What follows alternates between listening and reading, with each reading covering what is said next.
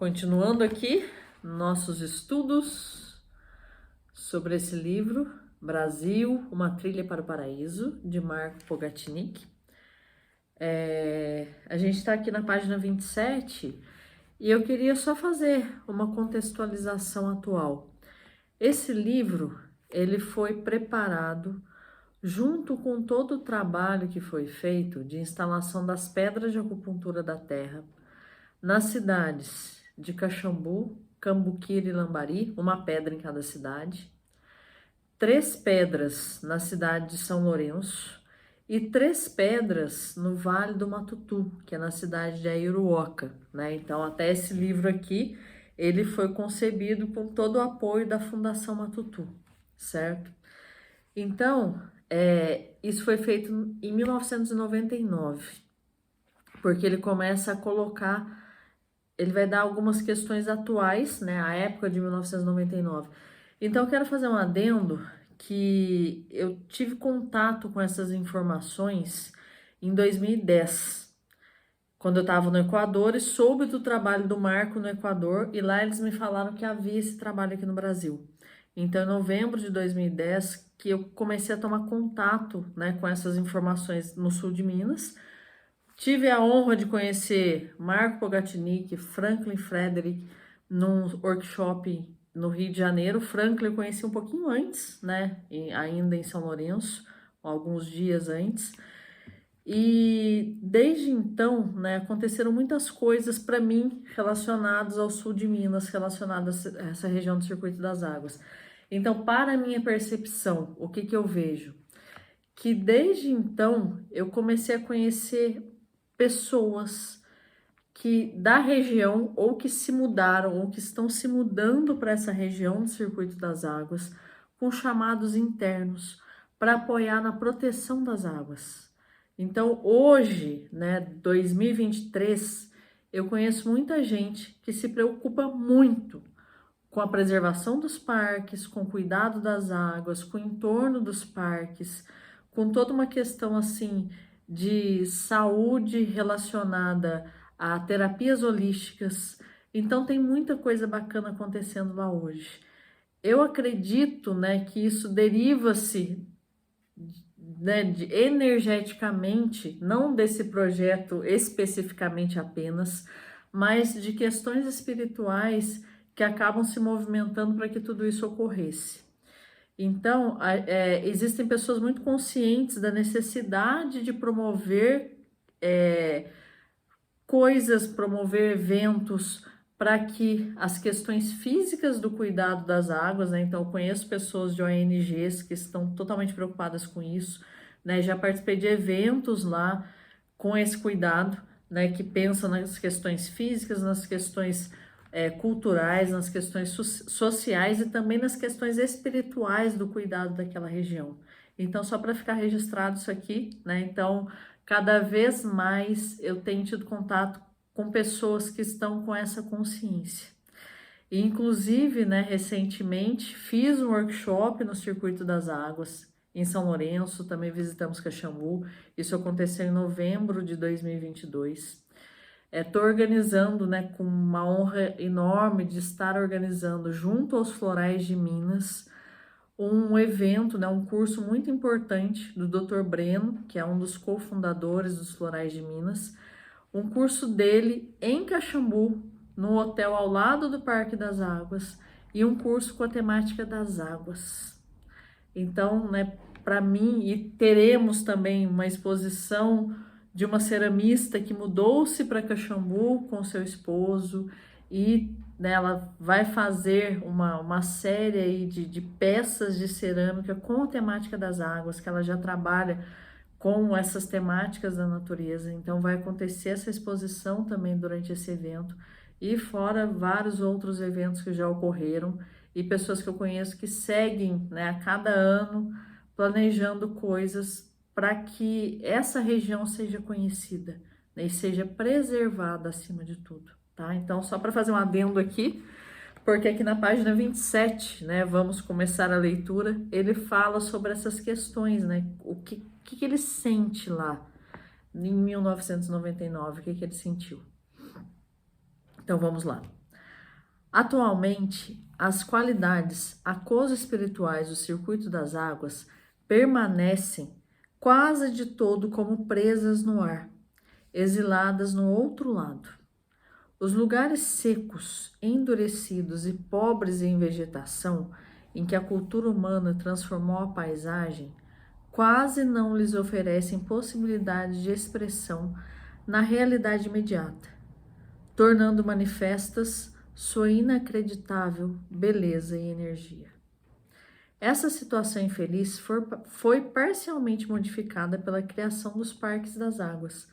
Os terrenos em que se encontra a maioria das fontes hidrominerais de Caxambu, Cambuquira, Lambari e São Lourenço foram transformados em parques, nos quais há algumas magníficas árvores antigas, belos jardins, lagoas, detalhes que permitem sentir o que foi a beleza perdida do lugar.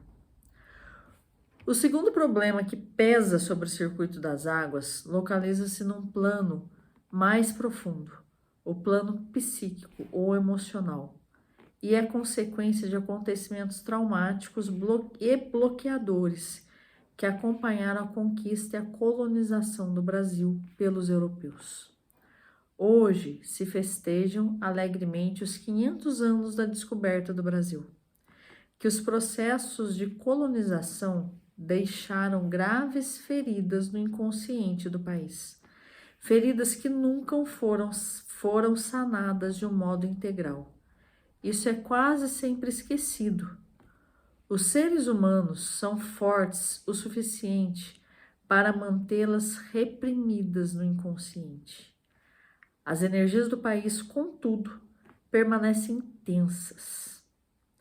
E a beleza e a plenitude vital originais estão constantemente prestes a desaparecer. O problema provocado pelo trauma na Terra ainda se agrava naqueles lugares considerados sagrados pelas culturas indígenas. Na região do Circuito das Águas, é esse o caso de, pelo menos, Caxambu e São Lourenço. Lugares assim foram destruídos espiritual e energeticamente pelos colonizadores, conscientemente, com o objetivo de debilitar a autoconsciência do povo oprimido e subtrair energia do país conquistado. Então, o que ele diz aqui? Que essa região, principalmente Caxambu e São Lourenço, eram regiões sagradas para os indígenas. E de maneira consciente, os colonizadores destruíram locais que eram sagrados para os indígenas e fizeram coisas terríveis nesses lugares, para que os indígenas perdessem a conexão com o que eles tinham de mais sagrado. Então, isso ele vai explicar aqui. Trata-se aqui de um método de conquista que, inventado já pelos antigos déspotas patriarcais da Ásia Menor, foi levado durante o Império Romano à categoria de uma espécie de doutrina para a condução das guerras. De acordo com essa terrível doutrina, o conquistador deveria, em primeiro lugar, procurar os lugares sagrados do povo nativo para profaná-los e destruí-los. As culturas nativas estavam relacionadas a esses lugares sagrados da maneira mais íntima e recebiam através deles sua capacidade de defesa e sua força. Por isso, a profanação e a destruição de seus lugares sagrados como que as paralisava.